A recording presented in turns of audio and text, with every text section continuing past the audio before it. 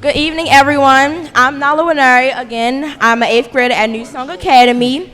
I just want to start by saying thank you all for joining us today to discuss one of Baltimore's most important opportunities, ensuring that every young person has access to quality education and meaningful career pathways. I will be hosting Senator McCray, Mr. Jayson Green, and Mr. Heddrick McBride, and I'm so excited to be your host for today's event.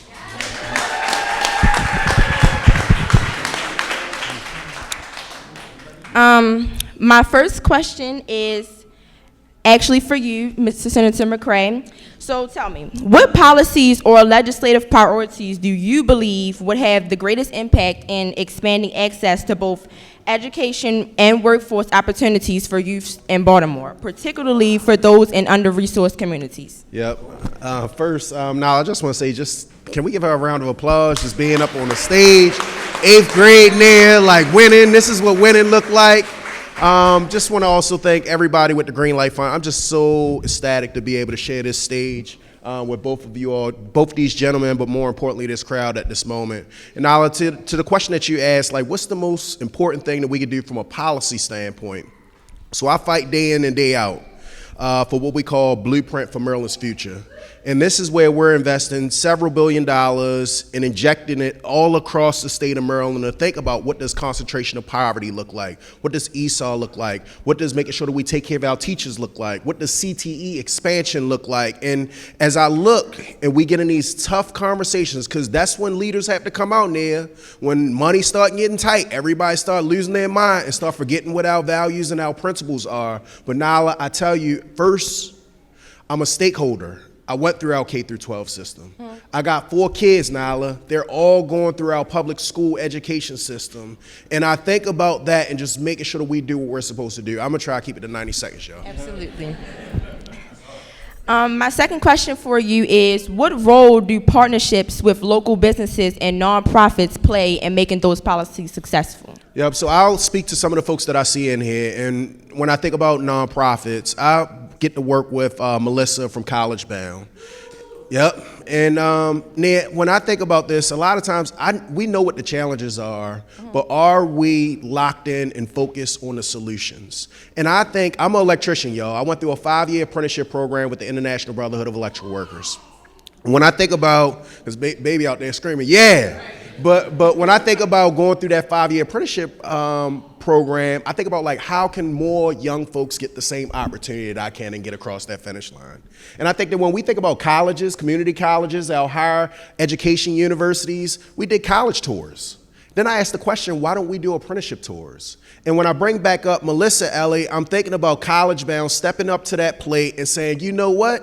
We do visit our prestigious universities. We do visit our prestigious community colleges, but we're gonna make sure that we take that first step. We're gonna organize the schools, so all the high schools in East Baltimore, Northeast Baltimore, and it's grown over 5-6 years, because we went and grabbed Carver, we went and grabbed Merville, Ben Franklin and came, but that's one example of what partnership looks like when you're thinking about our young folks in the city of Baltimore. Thank you.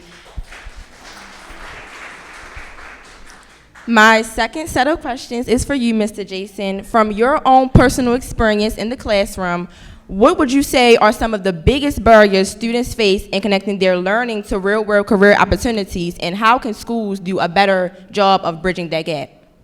Thank you for that question, Ny'lah. First, want to say I am so proud of this young lady.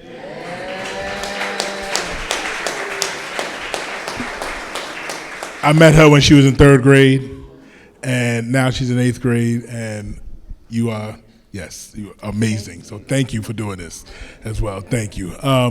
So to your question, comparing real world, actual, like what you got to do in the real world to what we learn in school, that's part of the problem. They don't see the connection as students. We ask people, think about it yourselves. When was the last time you solved for X in the real world? Just doesn't exist. Why don't we learn things that we can actually use in the real world, get the actual influence from our leaders, from our business folks, apprenticeships, mentorships. That's what they really need in the classroom.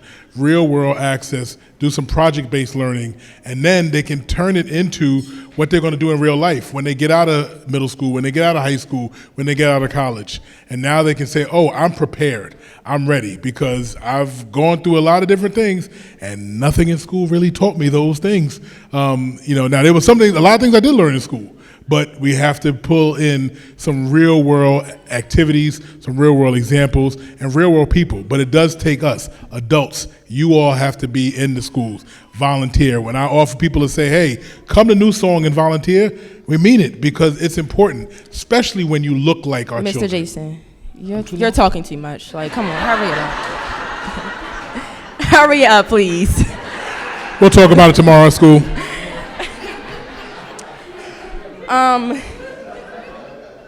My last question is for you, Mr. Heddrick McBride.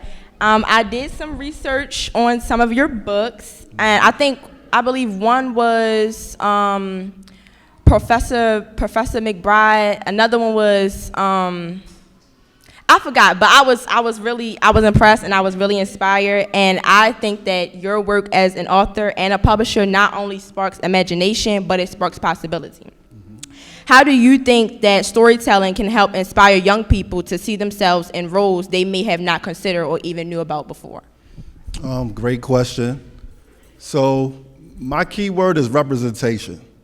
For me, everything is about representation, seeing yourself in a positive light, seeing yourself as cool, seeing your story being told how you see it. So don't stand up on me. But I started the business 13 years ago, just being a parent. My daughter's 17 now, just reading books to her on a nightly basis. It was difficult to find stories that she could relate to, characters that look like her, that look like us. So that's how we started the business. So 13 years later, we have 160 books.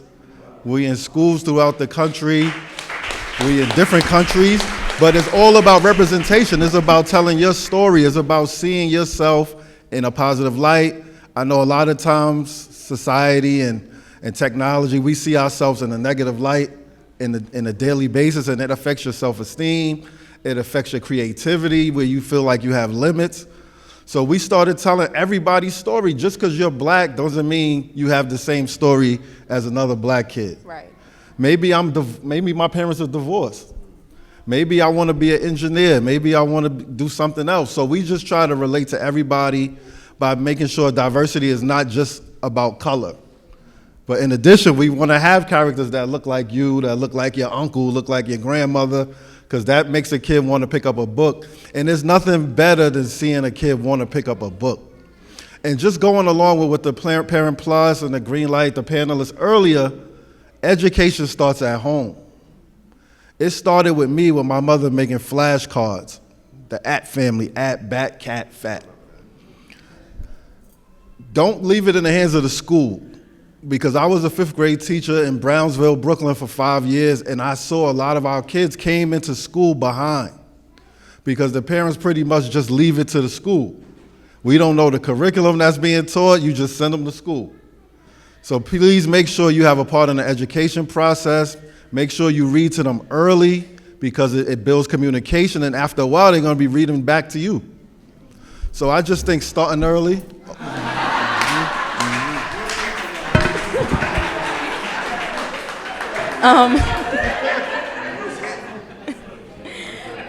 To follow that up, is there a story, it could be real or fictional, that you've seen truly shift how a young person saw their future? Definitely. There's a couple of books out front that Dr. Fields is going to donate, so anybody with kids, grab a book. But there's one that's so powerful on that table. It's called I Know My Rights.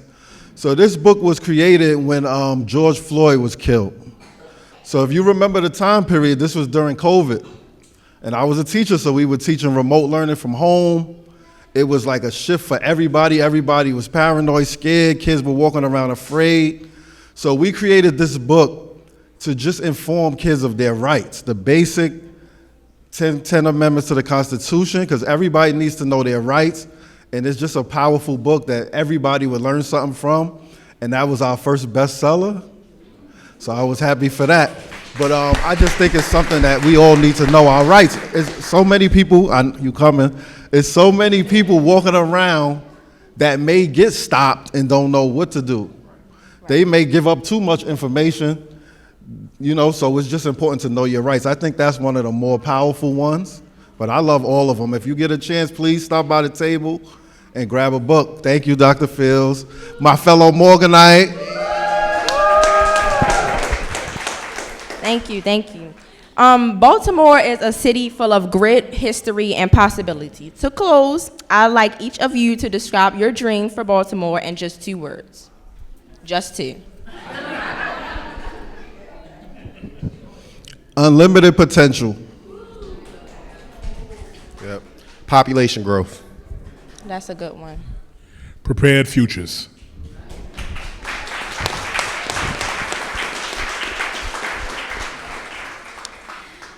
This was such an invigorating conversation. I want to say thank you again to our distinguished panelists for your insights, your passion, and your shared mission to empower Baltimore's young minds. Remember, it's not only about preparing students like myself for today's career, but unlocking our potential for tomorrow's possibilities. Thank you. One more shout out for Ny'lah. Ny'lah, yeah.